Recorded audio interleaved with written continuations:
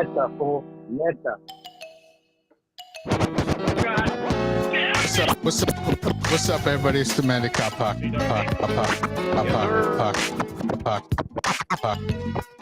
I'm posted up in the cut, in the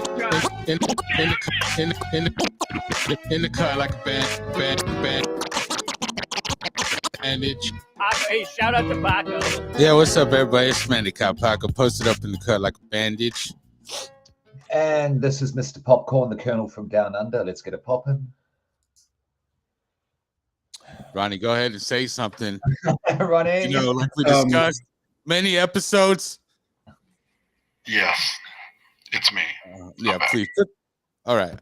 And today's a very special episode. We got a very special guest, Mr. Karl Hamburger from WATP. Please say what's up, Karl. What's up, Paco? What's up, Ronnie, Mr. Popcorn? This is exciting. Thanks for having me on the Power Hour tonight. This is late for me to be podcasting. I should be watching basketball from my couch like a normal person, but here I am, buddy. You know, I feel privileged to have you, and, you know, I'm flattered that you would forego basketball for us, you know, for this show. You know what I'm saying? I mean, if I was smart, I would have pulled up my iPad and had it playing over here while we were doing the show. But you know what? I don't want to be distracted. I want to be focused on what we're doing here. Right. Okay, you know how we start off. Everybody knows how we start off the show. All the like few listeners we do have. We start off with the very special segment that I love. Everybody loves. It's a fan favorite. And this one is let me find it. Hold on, I gotta find it on my thing. I'm nervous, you guys. Don't read too much into it. Anyways, it's the weather report. Karl, why don't you let us know what the weather's like out there wherever you are? Well, I was just in Florida this week. I came back yesterday. In Florida, it was about 90 degrees every day. It rains every afternoon. And then it cools off by the nighttime. It's nice, cool 70 degrees.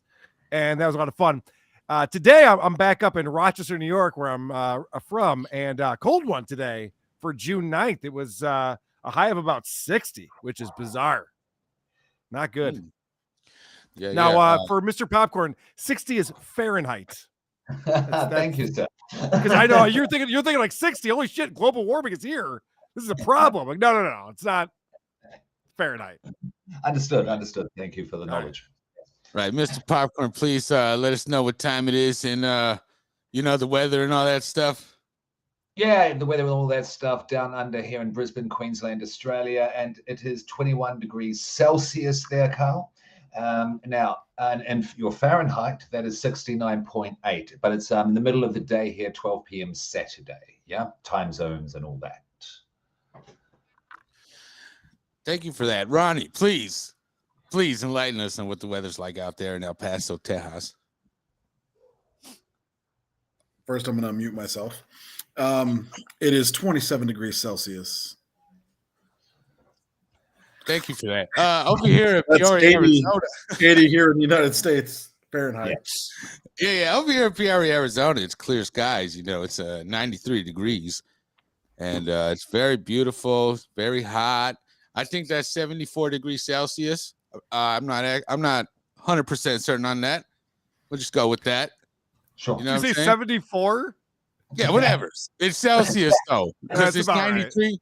Yeah, Fahrenheit. Yeah, you subtract 14, right? Yeah, that's how you get the calculation. Par for the course. Yeah, Arizona math. Right, got it. Nailed it. Public schools. Yeah. You know, we'll address the chat real quick here. It says, "Hey all, I'm here for Karl. Something here. Karl is amazing." Oh, hold on. What's up, Ryan? Good to see you, buddy. Yeah, he's been on the show before. I've been on his show. Okay. Wonderful. Shout out. Yeah, this guy.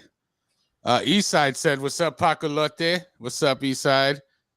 Paso Chuco Town, of course. You know."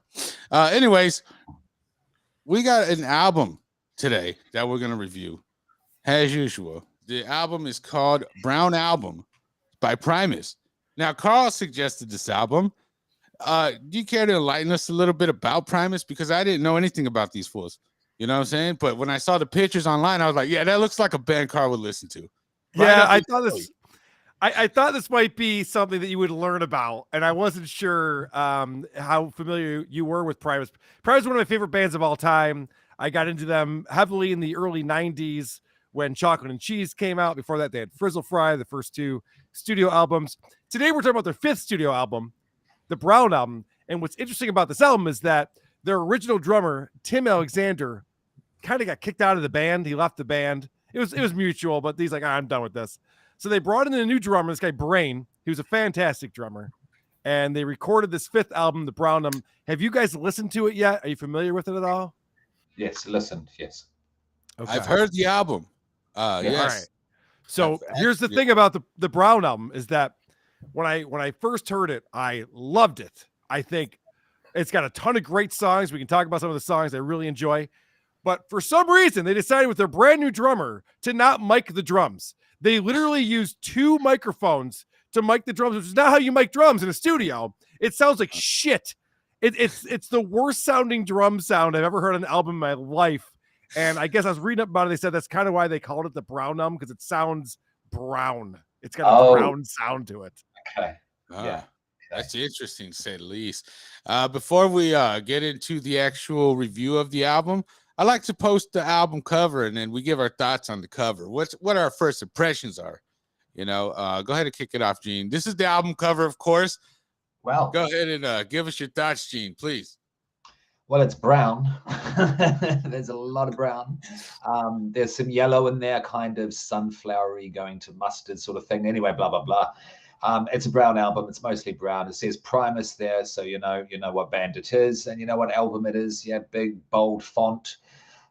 So if you're a fan of it, you know, it would definitely draw your attention to it to check it out if you're a fan of Primus. So it serves its purpose very well.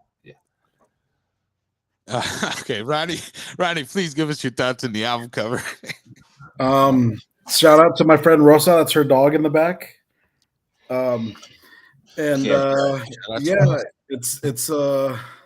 an album. It wasn't my favorite Primus album. What's your favorite Primus album? It's the one with Winona's Big Brown Beaver. That's my. I don't remember the album. Actually, but which album it's on, but yeah, that's probably Tales from the Punch Bowl, which was the album that came out right before this, which is interesting again because that was such a big hit for Primus. You would think that they'd be flying high and like, wow, we got this big hit, which it's being played on the radio and MTV all the time, and then their drummer leaves the band, and they weren't sure if they were going to continue on as a band. They decided to do another one, but yes, Tales from the Punch Bowl, also a good album. Agreed. Right. My thoughts on the album cover, it seems very simple, very basic. I don't know what to expect. Honestly, when looking at it, it looks like an instrumental album if I had to see it, because, you know, it's real simple. It's not much going on. Karl, what are your thoughts? So Wes came out and said they called it the Brown Album because they felt like this was a big move for them, a milestone of an album. So they wanted it to be like the White Album or Metallica's Black Album. And they thought it'd be funny to have a brown album. So I will tell you that Primus is a great band. They're terrible at marketing. This is not an appealing looking cover. This is not something. Les Claypool was in this other band called Sausage. And it might be, I don't know if you can pull it up, probably not. It might be the worst looking album cover of all time. But yeah, you want to have like art that is compelling and interesting. And this is not it. It's not a good album cover. Right. It is pretty lame, to say the least. It doesn't really catch my attention when I'm going through like a Zio Records or something. I would look over it. You know what I'm saying? For sure. And they actually have great art. If you look at even Tales of the Punch Bowl or 7 Seas of Cheese, like their other album covers are fantastic. And this one is just, they put zero effort into it. I think I could have designed this one. Right. Thank you for that, Karl. Wonderful. We're going to go ahead and get into the actual album review. We got criteria. We got 4 of them on a scale of 1 through 5. You can do 0.5, but that's it. I don't want no 0.2, no 0.8, nothing like that. 0.5 is acceptable, and that's all. You know what I'm saying? But whole numbers are better because it's easier for me to add up at the end. Anyways, criteria 1 is the beats. Go ahead and give us your thoughts on the beats, Karl, please. Well, I love Brain as a drummer. I think the drums sound like shit, but I'd give the beats a 4. They're good. Ronnie, your thoughts?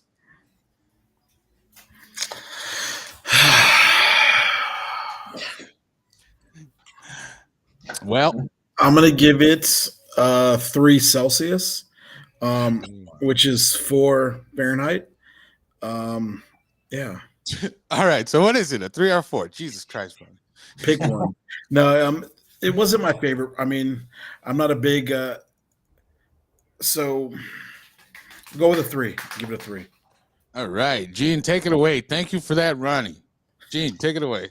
Okay, Primus. You know, I'm a child of the 90s. Absolutely grew up as a teenager in the 90s. So Primus were fucking everywhere, along with the Pixies, Violent Femmes. You know, it's very much of that era, definitely. Of course, I know Primus because they did the South Park theme song. Yes, and I'm a lifelong South Park fan. So that is, you know, like a little claim for fame, claim to fame for them. Can I give you a fun fact real quick? Please do, Carl. I decided to fly to Denver last year to see the South Park 25th anniversary show that featured Primus and Ween, as well as Matt and Trey performing a bunch of songs from South Park and their movies and stuff. It was one of the best shows I've ever seen in my life. Fantastic. You know, those two are creative geniuses, treasures. We're lucky to still have them. Now, this album, I thought it was okay. Yeah. Didn't hate it. Didn't need to skip anything or turn it off. I listened to the whole thing quite comfortably. It is very much a back in the day album for me, of a sound I don't really listen to anymore. But I thought they did a good job, and the bass and the drums are cool. The rhythm section work really well together, definitely. And they're different and they're experimental, so I give them props for that. So for all of that, I will give it a 3.5 out of 5. Yeah. 4 out of 5, huh? 3.5. Oh, 3.5. Jesus. Did I? No. I just kind of tune out sometimes when it just goes on. 3.5, huh? It's like one of your voicemails where I'm just like, is he still talking? All right, shout out to whoever. Let's keep it moving here. Yeah. Paco, hey, shout out to Paco. I got that from your show. That's Trucker Andy. It's very near and dear to my heart. Anyways, as far as my opinion goes on the beats, it's really good. You know, it's different from what I'm usually listening to. You know, straight up hip hop, hardcore rap music, or whatever. It was refreshing, to say the least. So I really enjoyed this. This is real good cruising music. You know, you could just kind of cruise around with this, like a road trip, if you will. Or, you know, if you're like doing stuff around the house, like washing dishes, you know, mopping the floor, banging the hook, or whatever. It's good music in the background. You know what I'm saying? I'm going to give it a 5 because it was really refreshing. Whoa, all right. Paco likes Primus. I love it. Yeah. So we're gonna go ahead and get into the lyrics. As far as the lyrics go, I just want to get everybody's thoughts. Ronnie, please kick it off this time. You know, we'll just get you out of the way real quick. Thanks. Actually, so I'm a big fan of like the way they put their songs together. You can tell a lot of them are well thought out. They use a lot of I guess double entendres for certain things, especially in some of their songs are very suggestive without being suggestive. They have some comedic undertones to a lot, like probably 90% of their music. So I'm going to give them a 4 out of 5. All right, wonderful. Carl, please give us your thoughts on the how do you say it in English? The lyrics. So all the bands I thoroughly enjoy do a thing where they can write very serious songs that are deep and sophisticated, and then goofy, childish, fun songs that are just kind of throwaway fun stuff. Like Kalamazoo is a great example of that. Very just fun, whimsical kind of song. And then there's other tunes on here that kind of get a little bit deep and a little more introspective. So I give Les Claypool credit on his lyrics. I think they're always interesting and engaged. I'll give them a 4 again. 4 for beats, 4 for lyrics. Wonderful. Gene, give us your thoughts, please. Yeah, like Ronnie and Carl both kind of summed it up for me, what I really want to say. Yeah. So I'm just going to keep it short and sweet and say, well done, served their purpose, 3.5 again. So Ronnie gave it a 3.5? No, I gave it a 3.5. Ronnie gave it a 4, right? Yeah. Yes, okay, I did. Good. That's what. I mean, that's you're the one writing this shit down, Paco. I'm writing it down. That's what I got. That's professional. Okay, as far as the lyrics go, it's very hard for me to pay attention. The music was just so great, and then because I'm trying to listen to it, but then at a certain point, it sounds like they're saying nonsense almost, and then I kind of don't pay attention to the lyrics. I'm just vibing to the music, and at first I thought it was because my car speakers are blown. I'm like, oh, this is I got it. So I put on my earbuds to actually hear it, and I was trying to pay attention, but it's hard to pay attention because the music's so good, and the lyrics sounded like it was nonsense to me. Sure. If I could say that,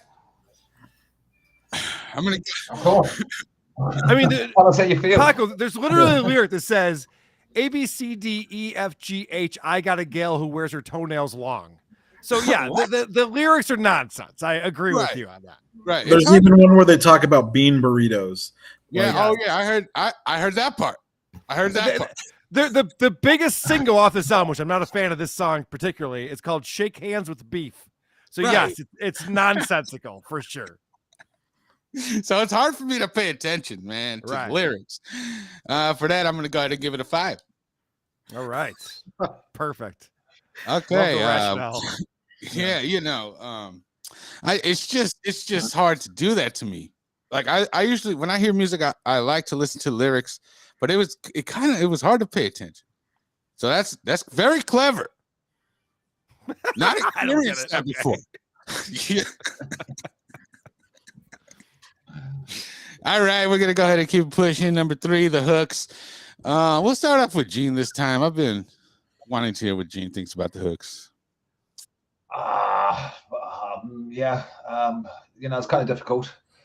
You're looking at the choruses basically more so than hooks on this type of music sort of thing, and the choruses, catchy but also strange and nonsensical sort of thing. So, and this is a weird album, you fade in and out of it, and because the music's very experimental as well, sort of thing. So they're hardly doing a traditional structure to anything, So what hooks you in, if I may, is more the weirdness than a traditional structure. So I'll give them props for that, and I'll give them a 4 for that, so I'm not the 3.5 guy. Here you are on YouTube. You're so predictable, Gene. It's embarrassing. Anyways, 3, 4. 4. You fucker. Karl, what do you think about the hooks, man?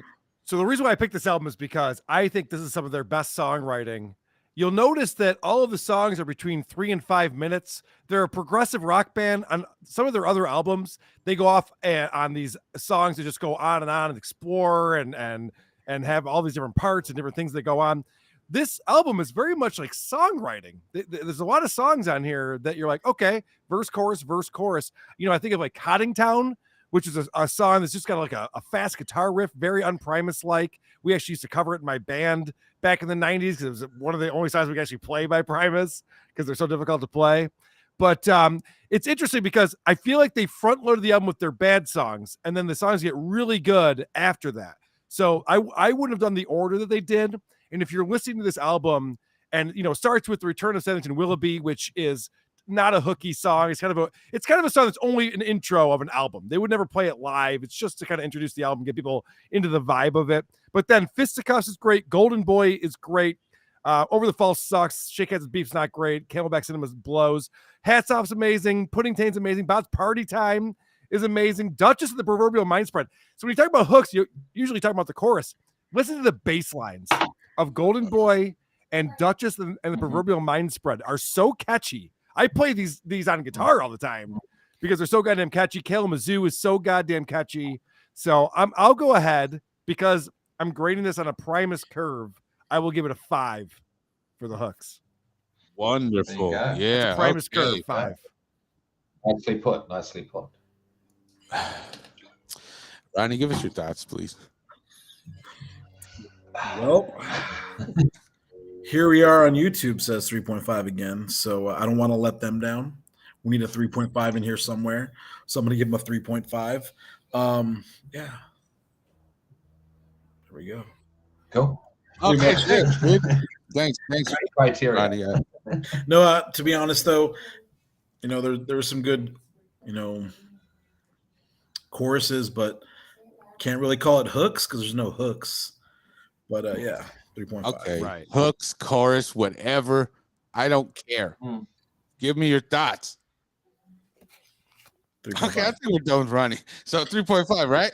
No, I mean, Yes. Ronnie makes a good point, though, because you think about progressive rock bands, they don't Uh-huh. typically write like those catchy choruses Yeah. that people, normal people want to hear on the radio or something. It's not radio style music that you're listening to here. You got to, I think, Paco, you probably know how to enjoy this kind of music. It takes some THC, at least. Oh, yeah.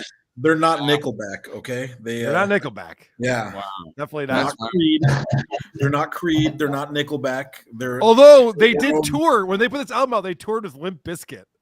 And Power Man 5000, which is weird, but it was before Limp Bizkit was big. I think they were opening for Primus. Oh. Okay. I know. Interesting. It's not good. Power Man 5000. That's a weird Yes. combo. Yeah. That's a weird villain. Yeah. Okay. Yeah, so 3.5, Ronnie. yes. Okay, so hooks is different from choruses, right? It can Carl, be. please enlighten me. You're a music. Yeah, usually the chorus is the hook of the song, but it doesn't have to be. There's no rules in art, right? Yeah, see, I don't know. Gene really pissed me out. Like, he confused me a little bit, you know? He's like, well, he's saying hooks for this choruses. Like, okay, well, enlighten me at least. Don't just leave me hanging, bro. Well, this isn't hip hop, you know what I mean? And hip hop, a lot of the time, the hooks will act as a chorus. In rock music, traditionally, there's not hooks, there's a chorus, yes, which hook you into the song, metaphorically speaking, yeah. And because there's no actual hooks that you get in hip hop here, I'm looking at it in a different way. What hooks you into the song? Oh, okay. Like we'll call it. Like the bass lines, they capture your attention and that sort of thing. So The chastising of Renegade probably had the best bass line, in my opinion, on the whole album. But that's just my opinion. Yeah. All right. So let me see. We did hold on, let me see. The hooks, basically, I'm just gonna go ahead and say I'm just gonna give it a 5. I don't care. Hooks were good. All right. Paco's on board. All right, hold on. I gotta ask you a question, Paco, because you're giving all these things 5s. Will you ever listen to this again in your life? Yeah, I actually will, because I did enjoy. I enjoy the music. Really, cool. I really do. It's really mellow. It mellows me out a little bit. Calms me down. I'm very excitable. And I definitely will listen to other Primus, because if they got music like this, it's right up the same alley, right? Yeah, check out Sailing the Seas of Cheese, Tommy the Cats, and Here Come the Bastards, and there's a bunch of good songs on there. Okay, well, you know what? Just send me a list, because I can't write that fast. Pork Soda, it's got some good songs on it. Nature Boy's a great song off that album. Yeah. Although Pork Soda, they did a weird experiment with Pork Soda that I still disagree with. So Larry Lalonde is the guitarist in Primus, and Larry Lalonde is a fantastic guitarist, but he doesn't know anything about music. He just plays notes, and it's what makes him unique. He's not trying to play in key or anything. So what they did on Pork Soda is Les would write the songs, and then he wouldn't let the guitarist Larry hear the bass lines, and Larry had to write to the drum beats. So they purposely made it so that the bass and guitars were not playing in the same key ever on that album. Maybe with the exception of My Name is Mud. I'm sure maybe not, actually, now I think about it. So it's very bizarre. It's a little off-putting at times because the guitar and bass are not in the same key. I think Gene would enjoy the cover to that album. Probably right up your alley. Wow. It's a good one. What's it called? Pork Soda? Okay. Yeah. It's an interesting. Have a look. It's an interesting title, to say the least. We're gonna keep it pushing over here. Criteria for the features. I don't know if there's any features. I just think it's their album, right? The band. Carl, can you tell me about that features? What does features mean? Is that like guest artists or something? Yeah, like when they feature, like, cause rap music, they got other fools come on the album and bit of verse. You know what I'm saying? That's like a feature. That's hilarious, because in rock that rarely happens. Yeah. I got to come up with something better. What would you? Yeah, it's just these three guys. It's a 3-piece, which is cool. Just these 3 guys laying down every single beat, note, and lyric that you hear. Huh. So, just for the future, I kind of want to get your opinion. What would be a good criteria for rock music, Karl? Oh, I would say something around production, because I have a lot to say about the production of this album. I think sonically it's garbage in a lot of ways, and it bums me out because it bums me out for a couple of reasons. Because there's some of these songs I love so much, and you can't even find like great live versions of it because now they're back with their original drummer, Tim Alexander, and Tim doesn't play these songs. So when they tour now, they don't play anything off of this album or the next album after this because both of those albums had Brain on it. And so it's kind of like lost. Like all these songs are just kind of this was it. This was their one shot. Okay. So on a scale of 1 to 5, what would you give the production? 1. Oh. Okay, Gene, go ahead and speak about the production, por favor. Yeah, no. I agree with what Karl's saying. Like the drums, I understand now why it's called the Brown album for, the multiple reasons you pointed out, but certainly the drums are muddy, you know what I mean? Yeah. And muted and that sort of thing. The sequencing could be better, the way they order the tracks on the album as well. Absolutely. And I do have to critique it that, not that it's hard to distinguish one track from the other when you're just giving it a continuous listen through. It's all a bit samey. It's just a little bit samey sort of thing. There's not enough real dynamic range or anything really jumps out apart from, the overall concept. I agree with that. So 1, I don't know. I won't be that harsh, but I get where you're coming from because, you're into Primus. So I'll give it a 2. For the production, I'll give it a 2. Wonderful. Ronnie, please, on the production, if you will. So the production, I think I'm not a big Primus like Mark, so don't really know a whole lot about Primus's previous album productions. But I mean the albums, you can listen to it. There's nothing. It's like ear sewage coming out of there. Like you're fine. I'm gonna give him a. I'll give him a 3, right in the middle. I feel like, the production's good. It's not Metallica great or like Def Leppard great or, any of that, but I feel like it's still good and they sold a lot of records. So I'm gonna give him a 3. Can I just point out that 2.5 is actually right in the middle, not 3 as you said. Right, Ronnie. Oh, so you're embarrassing. You're embarrassing yourself, right? Well, if zero's a number, 0, 1, 2. It's 1 through 5. But even if 0 is a number, so so 3 would be like 60% right in the middle. Right. I said 1 through 5, not 0 through 5. Ronnie, pay attention, please. 1 and 2. 4 and 5. What's in the middle? I don't know where you're going with this, but I don't like it. Just relax. As a medical professional. Here we go. Wait for the medical advice segment. Jesus. Can that doesn't make any sense, Rick? Can you all hold up your third finger for me? No. Oh. Just the third one. No, Ronnie, please. I'm sorry. God. Karl, I apologize, dude. Oh my gosh. Trucker Andy says Andy Pop had a lot of features. You're right. Good call, Andy. I forgot the next album after this. Primus had a lot of guests. Yeah. A lot of guests on that one. I don't know. Okay, I'm gonna go ahead and get back to the album. Production, I would give it I'll give it a 5, dude. Because I don't know what to listen for as far as listening to it. It was just good background music. I honestly could not pay too much attention to the lyrics, but I loved how it was just like nice and mellow, man. I could see myself just cruising around to this. You know what I'm saying? I love you, Paco. You're the best. You're so positive. You're so positive about things. That's your charm. I love it. Right. And this is a perfect album in my opinion, because I gave it 20 out of 20. Wow. Amazing. Instant classic. It's very refreshing, you know what I'm saying? Well, Paco, you and I need to hang out and listen to music together then, because I feel like I could open up your eyes and your ears to a lot of new artists. You can open up more than that, Karl, if you play your cards right. Whoa! All right. All right. We'll start it off with Ronnie. Why don't you give us your favorite song on the album while I add these totals up? And please take your time, please. Take my time. That's a lot of math involved. Hold on, I got to stop laughing for a second. My favorite track is the Chastising of Renegade. I feel like overall, like the production was pretty good on that.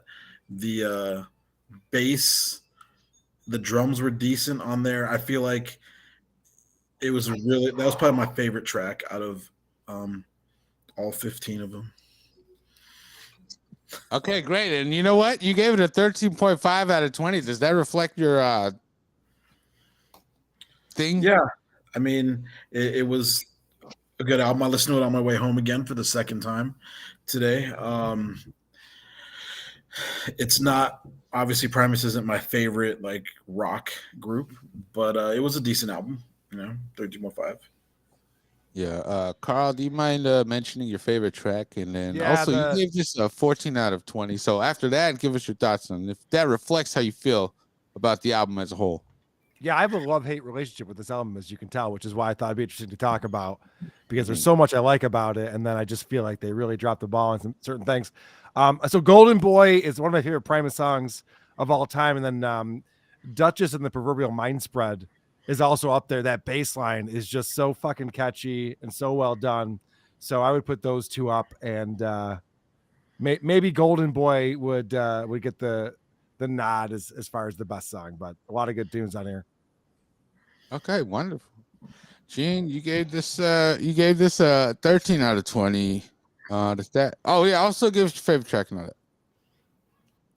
Yeah, sure. I'm actually going to go for Duchess and the Proverbial Mind Spread as well. I thought the psychedelia, the weirdness was really on point with that song. And 13 out of 20, yeah, absolutely. No, it's above average.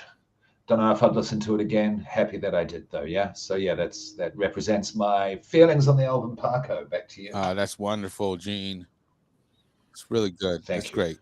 I'm happy. Yeah. Basically, I like Fisticuffs. That one really caught my attention. I went back and I heard that one a few more times than that. Because I listened to the album twice, but I went back and listened to a few of the songs, and that was one of the songs that I kept going back to. Really cleansed the palette of the rest of the album. For me, I don't know why. It really stuck out to me. I gave this a 20 out of 20. It's a perfect. You fucking know all about this shit. Yeah. That's a drop. Yeah, that's a good drop. Yeah, so that concludes the album review portion of the show. We're gonna keep it pushing over here. We're gonna get to everybody's second favorite segment right after the weather report. This one is hold on one second. Let me see here. This one's called Spencer's TikTok, where we promote Spencer's TikTok, and I'm actually gonna get Spencer on the line real quick because this is where we talk about Spencer's TikTok and how great it is. Gene, go ahead and give us your thoughts on Spencer's TikTok, please. Spencer's TikTok, absolutely. Like, we've all heard of artificial intelligence. Where did it come from? It came from Spencer's TikTok. And then his phone started talking back to him and had for about 10 minutes, and he thought, I want to make this real for everyone. Came up with Elon Musk, promoted it on TikTok. Why do you think Elon Musk is famous? Because of Spencer and his TikTok. Okay, Ronnie, give us your thoughts. Please leave your message for 6234. Oh, stop. Okay, sorry. This is going great. So I don't really watch TikTok, but if I did, Right.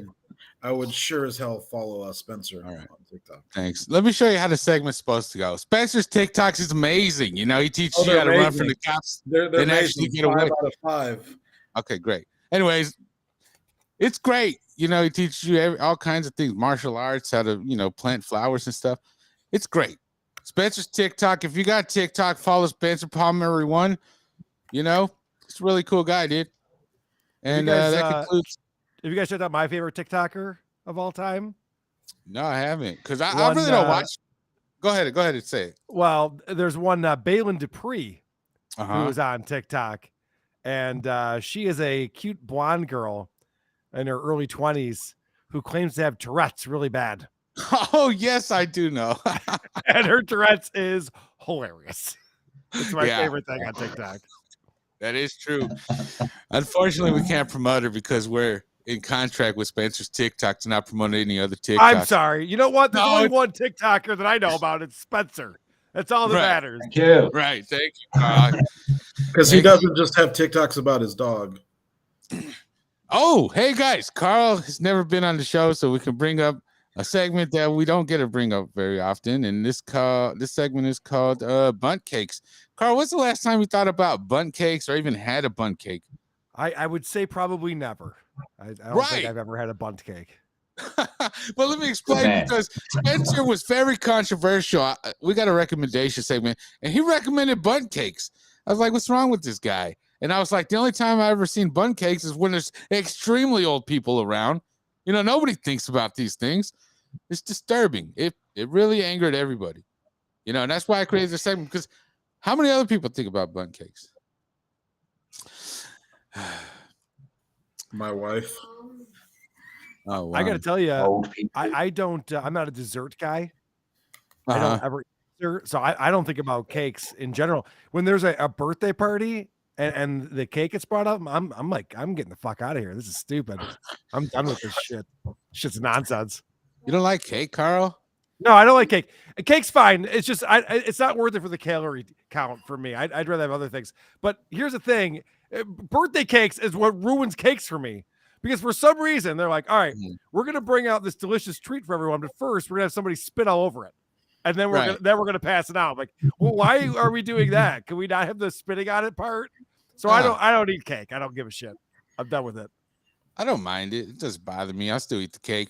Let me see here. We're gonna go ahead. That concludes bunt cake segment. Paco's Power Hour original. You know what's whack.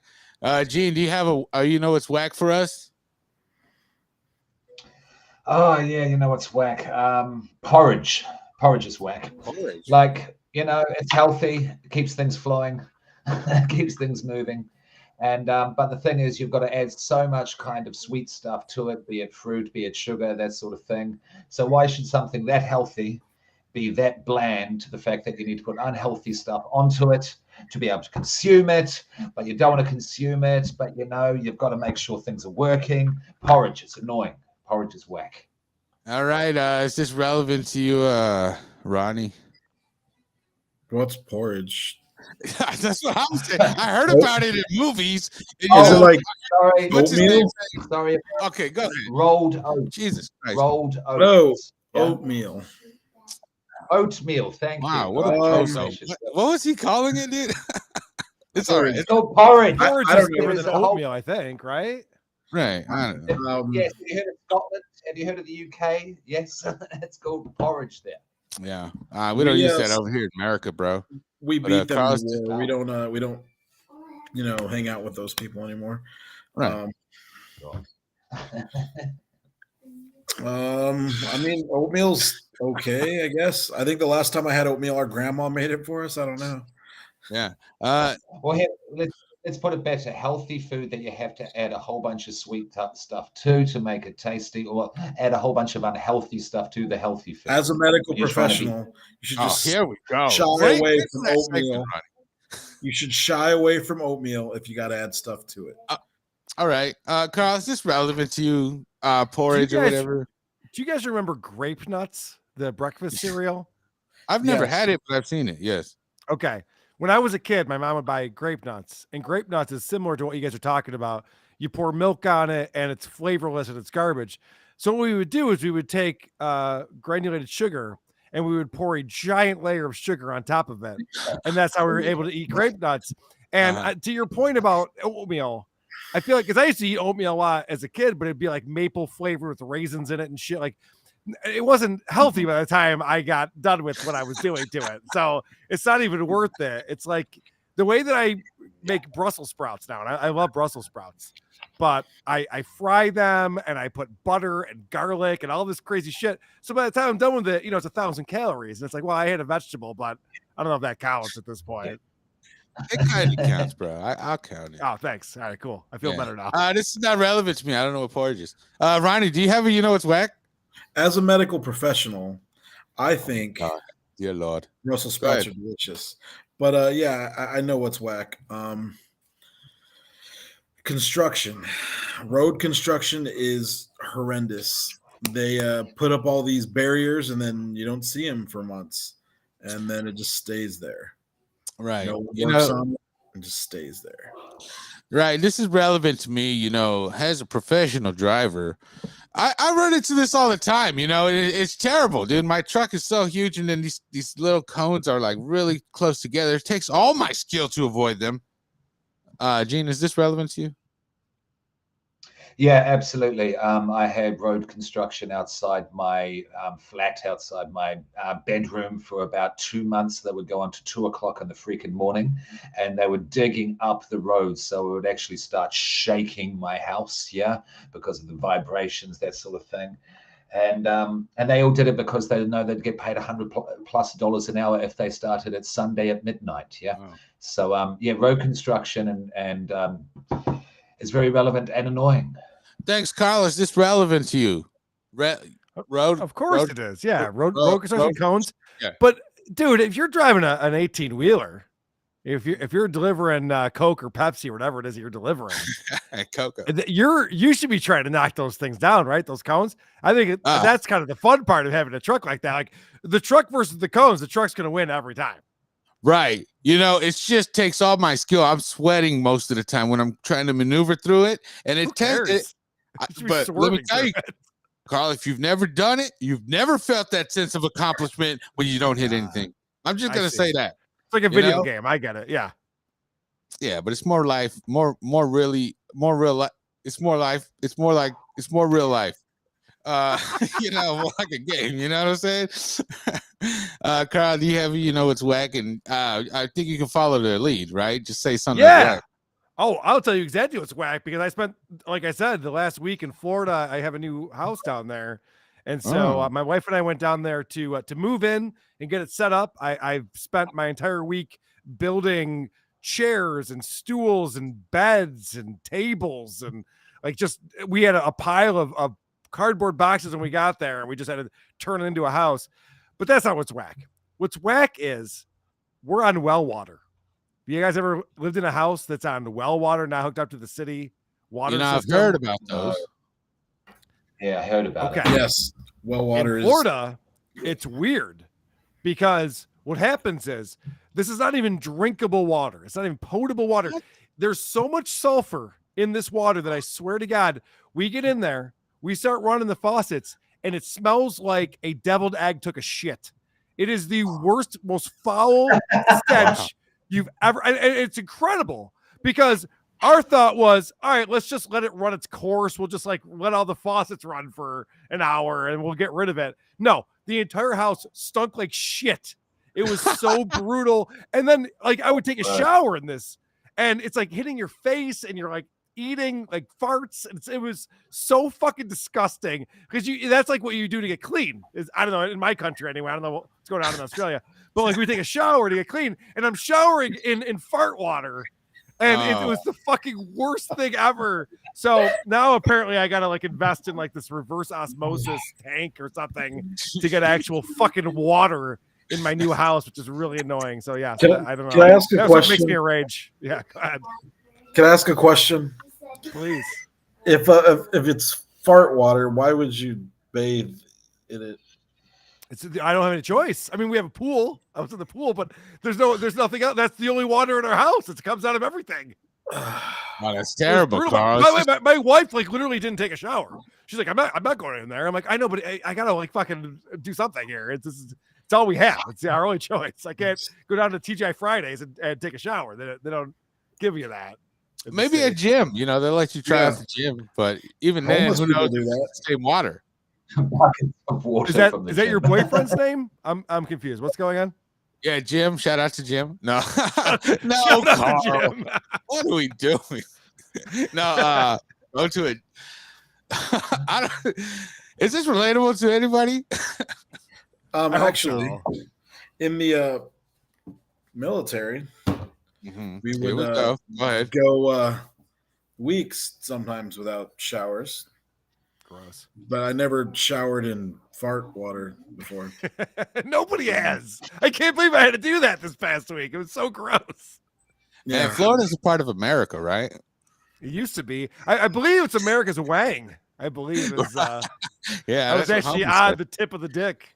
said. isn't Florida in Disneyland or something? Disney World, isn't that inside Florida, or Florida's inside Disney World or something? Yeah. You go to the state of Disney World, and then inside there you can get to Florida. Yes. That's what I thought. Oh, Yeah. okay. That's correct. Yeah, I've been there. I've been to Fort Myer. Fort Myer? or Actually, Fort Myers? we flew into Fort Myers. I was right there. I was there for 2 weeks. Terrible place. You don't like it? Why don't you like it, Yeah. Paco? It's very humid. I'm from Arizona, Yeah, man. no It's a shit. dry heat. You know? Yeah, I After know. I'm It's sweaty. very different than the desert. It's literally like a fucking tropical rainforest. It rains for 30 minutes every day. And I did not want to go anywhere. All the local guys, because we was like training for work or whatever, and then it was like, oh yeah, watch out for alligators and stuff. I'm like, what? I'm not leaving. Okay, I'm just staying here. Dude, you might know about this in Arizona, but holy shit, the spiders that I was killing in Florida are fucking ridiculous. These things are. I'm pretty sure they would take over the world. Wow. They have a brain bigger than mine. They're enormous, but there's also a lot of like fun animals, turtles. We have a canal in our backyard. There's turtles. There's iguanas. There's all sorts of cool shit back there. You guys have sulfur water. Well, Oh. we're gonna get it fixed. Yeah. I don't know if you paid attention to that, Ronnie. We got to remedy this because I'm not having. And the next time I go to that house, I'm not going to be taking a shower in fart water. I'm done with that. Yeah. Okay. My it's whack is when you go to Whataburger and then you're like, yeah, let me get a tray of 6 cinnamon rolls, and they're like, oh, I don't have any, they're all frozen right now. I said, well, how long is that gonna take? And they say an hour, and I don't have an hour. Okay, that's what's whack. Is this relatable to you, Carl? No, I've never been to a Whataburger. I don't think. I like to go to, when I'm on the West Coast, I go to In-N-Out, but I don't know if I've been to a Whataburger. They're both good. Whataburger's mas mejor, right? Right, Ronnie? Okay, you know what? You're in Texas. You have to say it's better. I prefer In-N-Out. In-N-Out's good too. In-N-Out's good. Yeah, it is. Shout out to In-N-Out. Why are you getting cinnamon rolls at a Whataburger? Shouldn't you be getting a I've never eaten 6 cinnamon rolls in one sitting. Yeah. Whoa. I mean, Just to be clear, I went with some friends after work, and friends or a friend? a few friends. I got friends. One. Gene, is this relatable to you? No, I don't have Whataburger, whatever the fuck that is, and never had a cinnamon roll. Yes. Oh my god, dude! You've never had a Yeah. Jesus. I gotta ask, what fast food do you guys have down in Australia that we would know about? You must have McDonald's and Burger King and shit, right? Yeah, we've got the standards. Yes, we have McDonald's. We have something called Hungry Jack's. I don't think it exists there. It is Hungry. It's kind of like Burger King, but not really. We have McDonald's. We have KFC. We have GYG, which is burritos. Oh, no Taco Bell. Taco Bell has just come in recently out of the big American chains. That's the newest one that we have. So I can relate to you because in the house that I recently purchased in Florida, there's an Outback Steakhouse that's only a few miles away. So I know about your culture. We have well. We have them over here too. Outback Steakhouse, authentic Australian food. That's right. Is it good? It's better than Australia, dude. Yeah. Better than Australia. I assume you guys eat blooming onions every day, right? Right. Shrimps on the barbie. We ride crocs, fight kangaroos. All of these things we do. Right. Okay, that concludes the What's Whack segment. Gene, he was eating 6 of these. Wow. That's Jesus Christ, man. All at once. Okay. Yeah, Paco.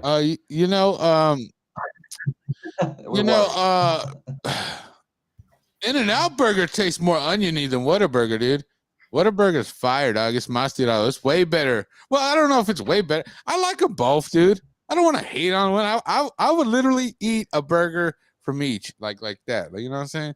I don't care. There's no hate in my heart for food. I can tell.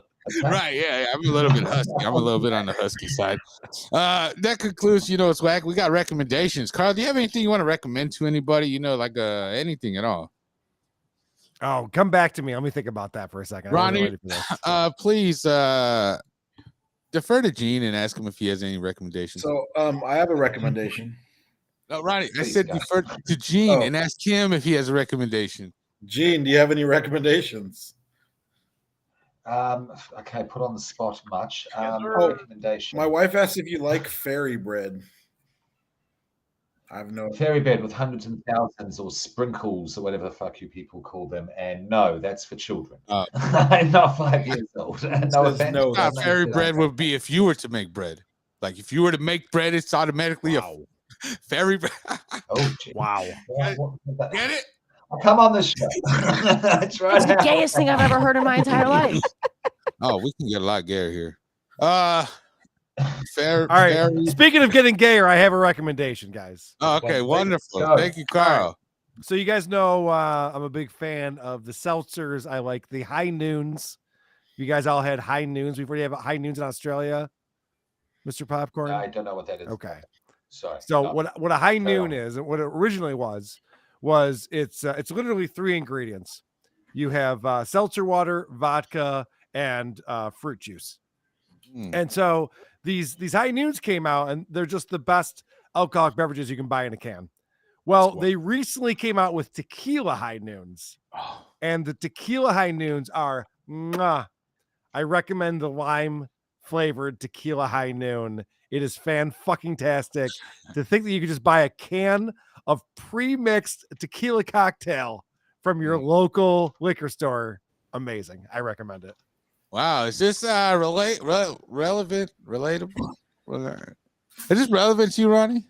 Yeah, ranch water. Good catch there, Todd. Yeah, in Texas, we call that ranch water. Topo Chico, some tequila, a little bit of lime juice. Boom, ranch water. But I prefer making it myself. The pre-packaged ones are kind of, I don't know, too metallic tasting.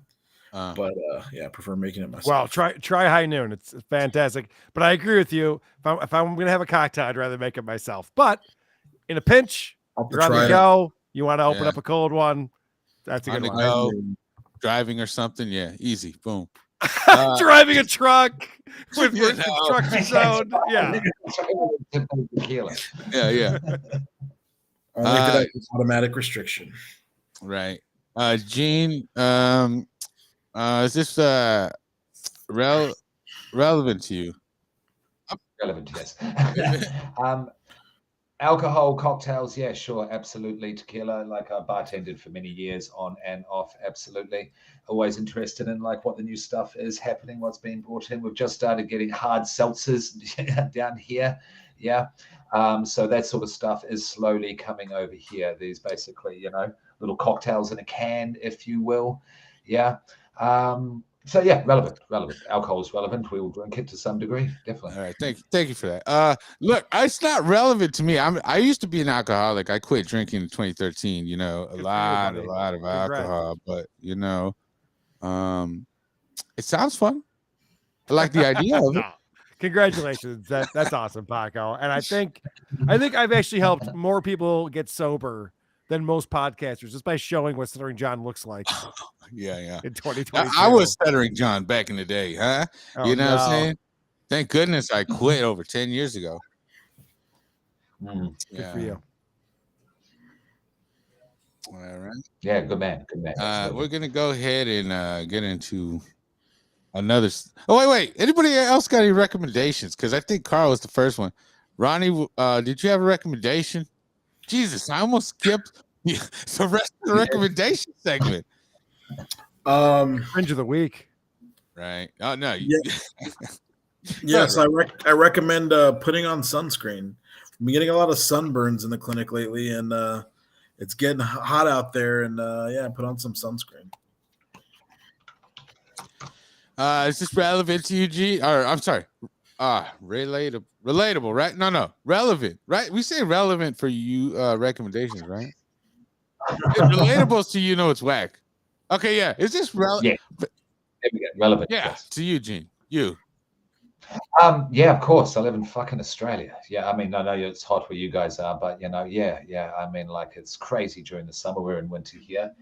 Sunscreen I should wear more of, but I don't. And New Zealand, you actually burn more. Just for a little down under bit of trivia there, you actually burn quicker in New Zealand, even though it's not as hot, ozone layer and all that. But yeah, you should wear sunscreen. Yeah. Back to you. Karl, is this relevant to you, Karl? Sunscreen or whatever. My wife is the keeper of the sunscreen in my world. I never bring it anywhere. I don't care about it, but she'll always have it on her, and she'll be SPFing all over the place. And so sometimes she'll SPF me, which is nice. Sounds hot. Yeah. This is not relevant to me. I don't care. I don't use sunscreen. Look how dark I am, dog. I can handle the sun. I can handle it. Gene, do you have a recommendation? Yes. I recommend watching the original Addams Family. Yeah. There's Jenny Ortega, who's done the Wednesday Netflix show. Yeah. And it's all well and good keeping the Addams Family going. Yeah. But go back to the 60s, go back and watch the original show, where it started. Yeah. Just so that sense of history keeps alive and that people don't think that Jenny Ortega was the first ever Wednesday Addams. You know what I mean? When you're into something, go back and do your homework, do the history. Yeah. Look at the history. You'll get a better appreciation of what's happening now. Yeah. There you go. Yeah. Ronnie's that relatable to you? Whatever Gene said? Yeah, I feel like going back and looking at what started something is always good. Then you can kind of get more of an insight on that particular topic, movie, record, whatever. I feel like paying homage to what came first is always a good idea. Wonderful. Karl, is this relevant? Relevant to you? Dude, the Addams Family. I can't say I've ever watched this. I've never seen the reboot. Sure. I've never seen the old shit.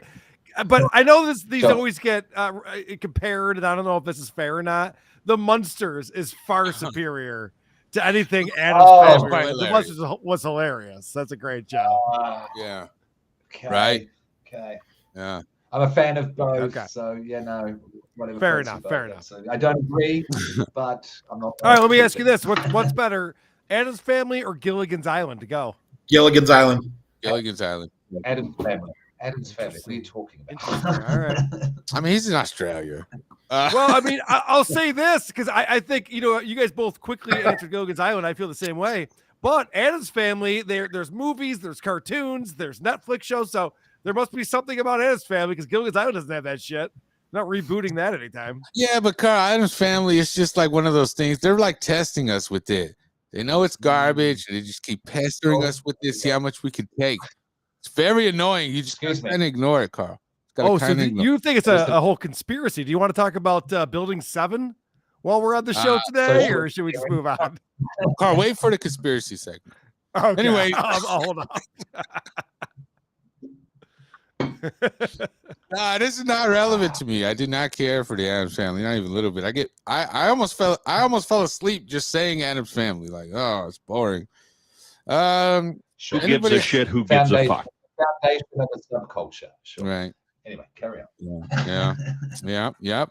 Okay. I have a question. I have a question about the Addams Family. Go ahead, ask away. What's the interesting part? Right. What is the interesting part? Gene, I'm kidding. That's a drop from the movie The Room, which I highly recommend. Anyway, moving on. No, Karl. No. Anyway, no, it's not. I'm sorry. I gotta recommend something because it's my turn. I almost skipped over me and I almost ended the segment. Basically, I recommend the new Transformer film. I guess it's pretty good. Is it good?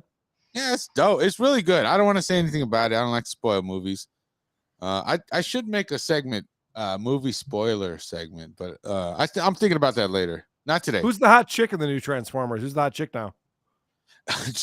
I don't know if there is one. No, then what are we doing then? What's the point? You know, but it's if you like watching action or something, it's a good background movie. I took my kid to watch it, so you know, I'm not into films really, but if my son wants to watch something, I'll take him. You know, how old's your son? He's only 7. Does he listen to Who Are These Podcasts?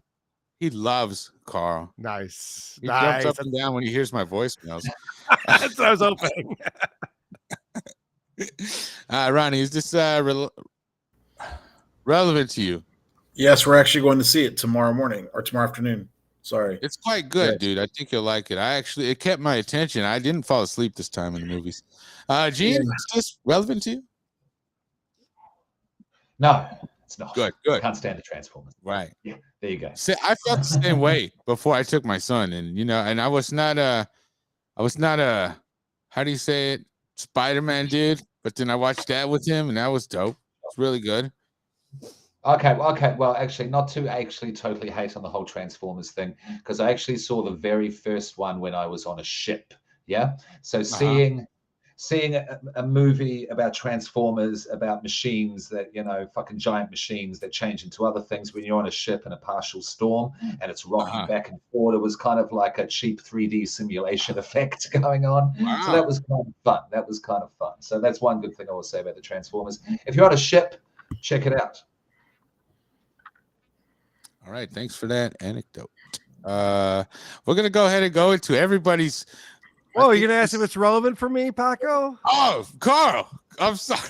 I'm nervous with you here, dude. No, you're okay, buddy. I thought I was gonna be asked. I wanted to tell you my Transformers take because I grew up in the 80s and Transformers was huge for me. I had all the action figures. I play with Transformers all the time.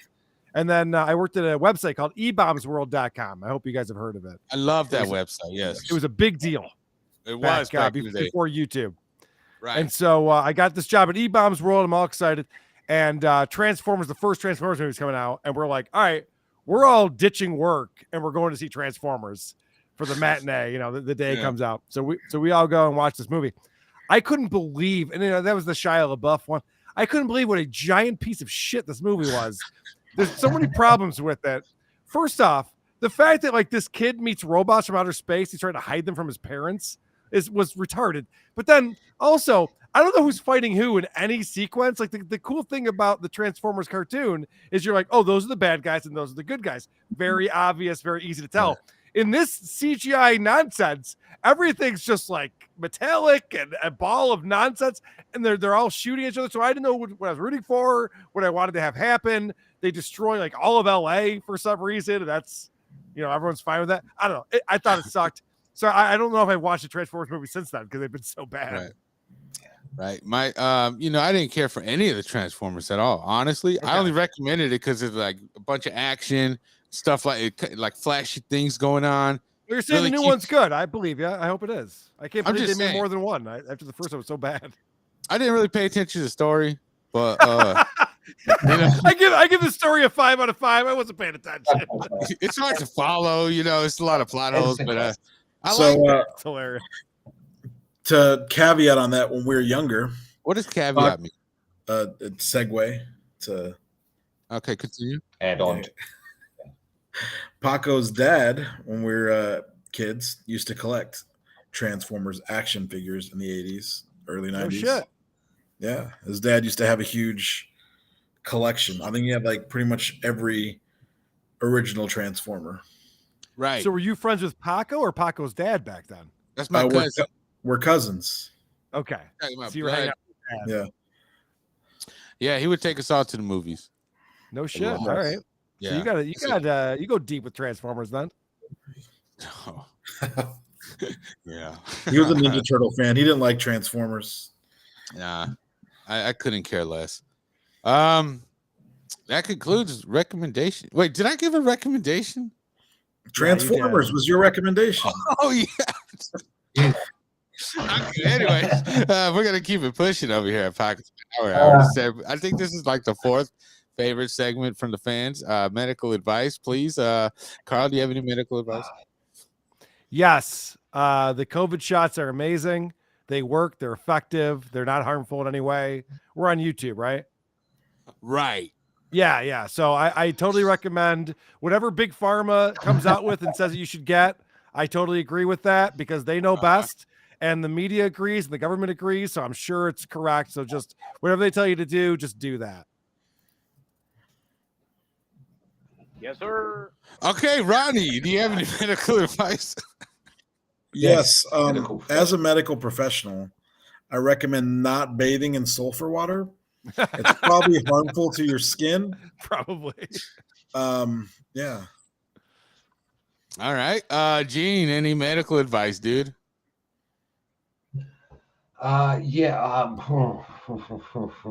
Eat food on a regular basis. Don't skip meals. Sounds like the homeopathic nonsense. Anyways, I got some medical advice for you guys. I'm sorry, dude. I just try not to be born with club feet. That's my medical advice. Oh. I blame my mom for that. I was born club-footed. In case people don't know that about me.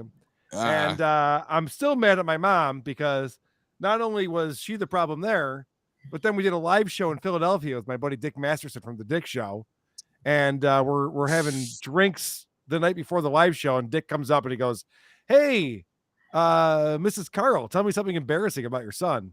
And she goes on to tell him about the teddy bear I had when I was a kid, and then that became a big part of our fucking live show at a sold-out theater the next night. So I don't know why that's related to being club-footed, but I blame my mom for a lot of things, I guess, is my point. Yeah, that's just basically my profession. I'm not a professional, but that's my medical advice.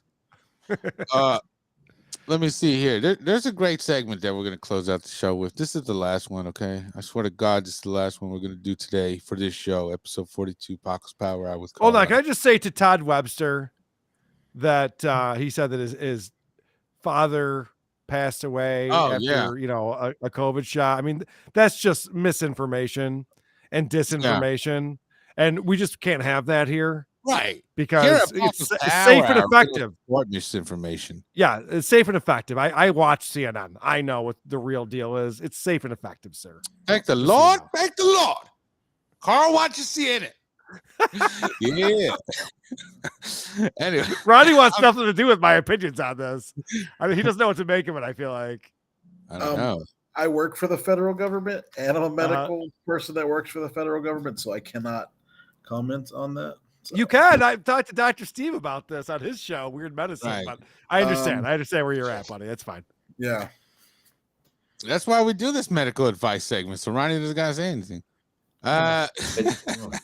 Basically, this chat's going crazy at the moment. Yeah, but carry on. We're getting some hate. No, Todd, I am sorry, buddy. That does suck. As you know, I'm being facetious, and I apologize. That sucks. I don't know.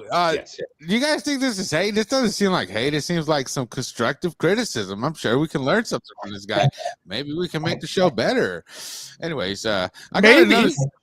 Right. Maybe I should prepare more. Huh? Is that what it is? Karl, you always tell people to prepare. That's maybe true. I should take your advice. I mean, you've listened to my show before, so yes, you should know this. I only listen to your podcast, other than mine. Let me see.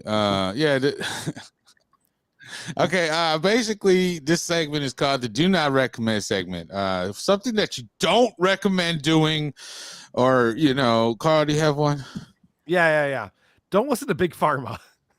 They're not your friends. There's only two countries in the world where pharmaceutical industry is allowed to advertise directly to consumers, which is weird because doctors should be saying those, should be telling you what to do. But New Zealand and the US, the only two places where Big Pharma for some reason controls the media. It's not good. I don't recommend it. Okay. Gene, you have a recommendation? I mean, I do not recommend. Do you have something you don't want to recommend to people? Yeah. probably an overabundance of not that I have an addiction to alcohol, Mr. whoever person in the chat there, but may have had a little bit too much to drink lately. Not lately, yesterday. So like when you do it and you decide to do a podcast an hour before and you haven't had a shave and that sort of thing. So basically make sure you don't drink too much and you get good sleep. Yeah. Ronnie, anything you don't want to do you have any advice?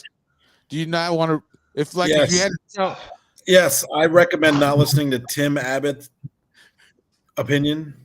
If anybody should have an automatic restriction, it should be him. He probably doesn't even bleed his airlines when he's done. But that's my not recommendation. All right, that's good. I don't have anything to not recommend. Oh, you know what? You know what I don't recommend is buying stuff from kiosk at the mall because they try to rip you off, dude. Just avoid them. Just avoid them. If you're in the mall, you see a kiosk, it looks cool, but it's not. Do you have an example? Yeah. Oh, I was about to get into it, Carl. Anyways, it's low quality stuff. Like I was walking through the mall and my son, this dude was like, "Oh, I got some stuffed animal stuff." And then my son's like, "Oh yeah, let's go look at him, Dad." I was like, "Oh, all right." And they were low quality and overpriced, dude. And he just sweet talked his way into selling a couple of them to me because I'm a sucker and I am easily fooled. That concludes the do not recommend segment. That's it, man. You know what? Actually, I'm sorry. Carl, I love shout outs. We got a shout out segment. We're just going to close it out with that, actually. Gene, shout anybody out, please. Yeah. Shout out my friends down here in Brisbane, family as well. Paco's Power Hour. Carl, thank you very much for coming on. Nice to meet you. It's been fun. Paco for hosting, of course. Ronnie, always good to see you. Everyone in the chat, constructive criticism, conspiracies aside, thank you for joining. And and everyone watching and listening, shout out. Ronnie, any shout outs? To my wife Jessica and our son, Paco, my cousin, to Gene. It's always great talking to you, Carl. Great conversation.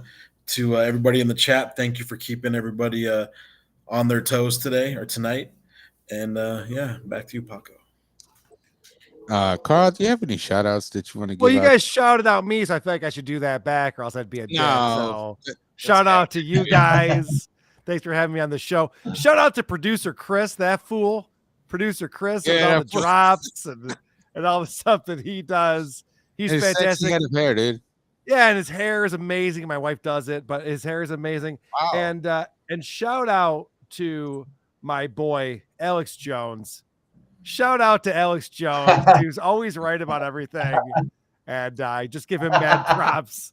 I know he's knowing what's going on. Fucking know all about this shit. Yes, you do, Alex. Yeah. That's great. I'm gonna give a shout out real quick. Paco, hey, shout out to Paco. And that concludes the shout out segment. You know what? Thank you guys for showing up. Carl, what's up, man? Thanks for showing up and doing the Power Hour. Thanks for having me, buddy. Whoarethese.com is where you can find all my stuff. Right. My podcast is on there. My videos are on there. The links to all my different things like Patreon and Supercast 108. Oh, so Denver won. Yes. Is that what I'm seeing? All right, cool. I had a feeling that would happen. The Miami Heat are overmatched. Although, whatever. I'm not going to get into it. Whoarethese.com is where you can go to get links to all of our stuff, our Discord server, our subreddit, my Twitter, all the fun stuff that we're doing. And wherever you get podcasts, Who Are These Podcasts? Look for that. Who Are These Socials? My show with Blind Mike and The Creep Off, my show with Vinny Paulino every Monday at 1 p.m. Eastern time in the U.S. on YouTube. Right, yeah. Guys, I'm telling you, go follow Carl. Probably my favorite podcast other than Paco's Power Hour is Who Are These Podcasts? Very interesting. It's very well put together. This man, he takes the time to prepare. I'm with you, buddy. I usually go Paco's Power Hour 1, WTP 2. So I'm with you on that. I'm on the fence. I'm on the fence. Yeah. All right. Well, I guess see you guys later.